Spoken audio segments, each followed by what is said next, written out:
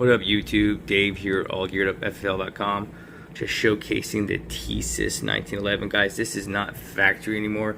This is the TISAS U.S. Army clone. There he is, the M1911 A1 U.S. Army clone.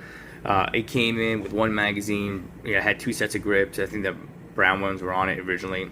So the story behind this is I never owned a 1911, guys. And I never really was interested in 1911s until I got the TISAS 2011. And then January came, and I was sitting over there at a gun show, and I was bored out of my mind, and Grand Thumb drops an amazing video.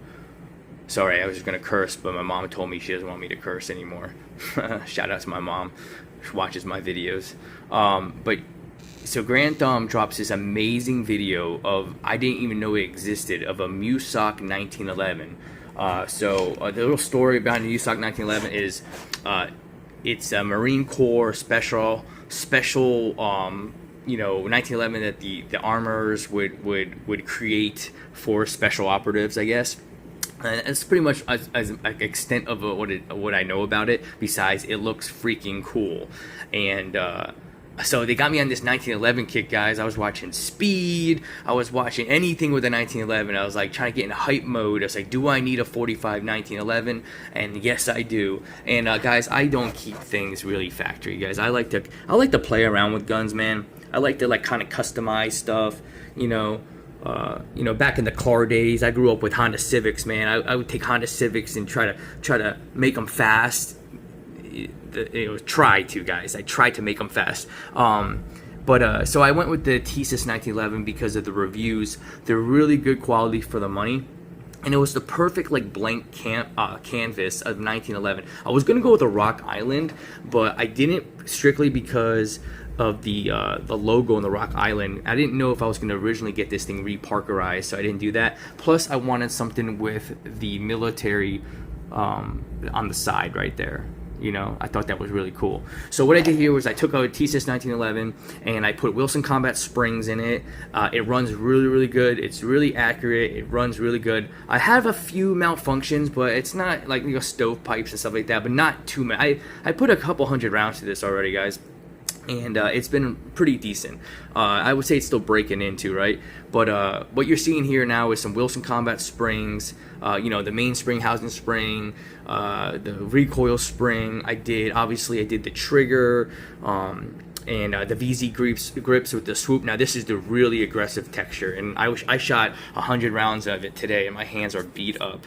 I did the extended beaver tail, but I had to redo it because there's this gap right here. So when, the gunsmith tells me he's gonna have to put one in, and he's gonna have to fit it to the frame. It's nothing like, it's kind of it's not out of my league. I like to tinker with guns, but when it comes to fitting parts, I'm gonna leave that to the professionals, guys. I also put the hammer in. I did everything myself besides the iron sights you see here, guys. So what he did here, the gunsmith, was milled off the factory GI slide, does this iron sights, and dovetailed some Novak style sights. So I wanted black straighted rear and orange front, and that's what he did. Now the problem with the rear sight, though, he says he's going to shoot a little high, in which if you see in the footage on the short I put, it does shoot high, guys, around that 7 yards to 25 yards. I was trying to get where my zero was today. Let me put it up here. I was trying to figure out my zero, and he told me he was going to shoot high. So what he told me is get a good bench zero in, point of aim, point of contact or target, point of aim, point of contact, and bring the targets in. And what he said, that with the targets, and as long as the targets and the amount of I write on the target of where I was standing, where I was shooting, the distance, he can mill down the rear sight right here. He can mill it down to a 25-yard zero or 20-yard zero, whatever you guys tell me in the comments what I should do. I'm planning on shooting this thing just at steel between 10 and 15 yards, but I would like to do a 25-yard zero, so that's what I'll probably do.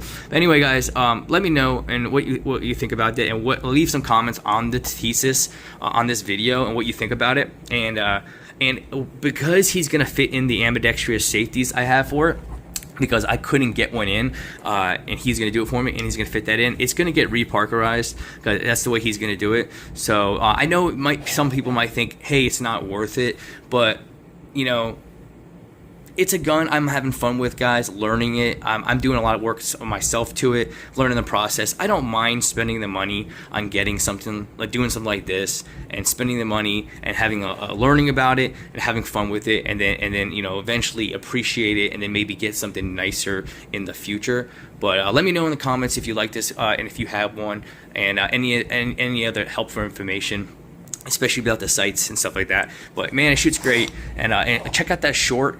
And I hope you enjoyed the video, guys. And there's plenty more to come with 1911s, 2011s, and more stuff to come, guys. Later.